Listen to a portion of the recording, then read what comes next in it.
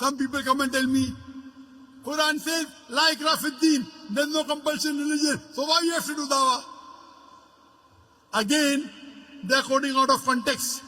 What they're quoting is a verse of the Quran of Surah Baqarah, chapter number 2, verse number 256, which does say, La ikrah fi din, there's no compulsion in religion, but they put a full stop where there's no full stop.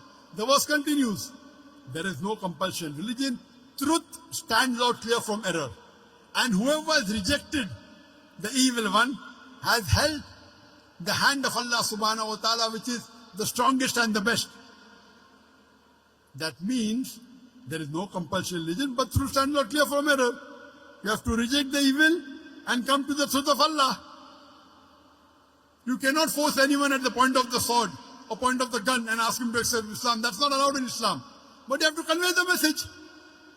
Convey the message. If they don't accept, then you can say La ikrah fi din.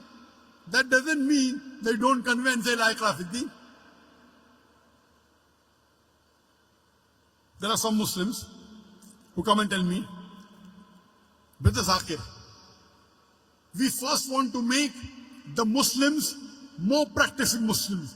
We want to make Musalman Pakka Musalman. We want to make Muslim more practicing Muslim. After that we will talk to the non-Muslim. That time will never come. You cannot say I want to make all the Muslims 100% practicing Muslim and then I'll do dawah. That's not what a prophet taught.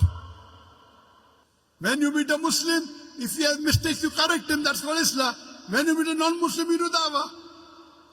In the Hajjatul Wida, in the farewell pilgrimage, Hajjatul Wida, in the talk, the khutbah, the Prophet asked the people, did I deliver the message to you, to the Sahabas?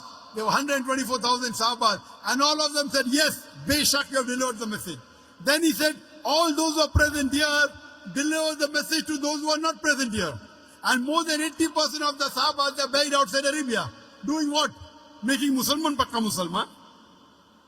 They went to do dawah outside Arabia to deliver the message to the non-Muslims. It's the duty of every Muslim that he conveys the message to the non-Muslim. When he meets the Muslim and he finds some mistake, okay, do Islah. Correct him. But when you meet a non-Muslim, you do dawah. Which is more important? Suppose there are two patients who come to a doctor. One patient has a common cold, the other has a heart attack. Who should he treat first?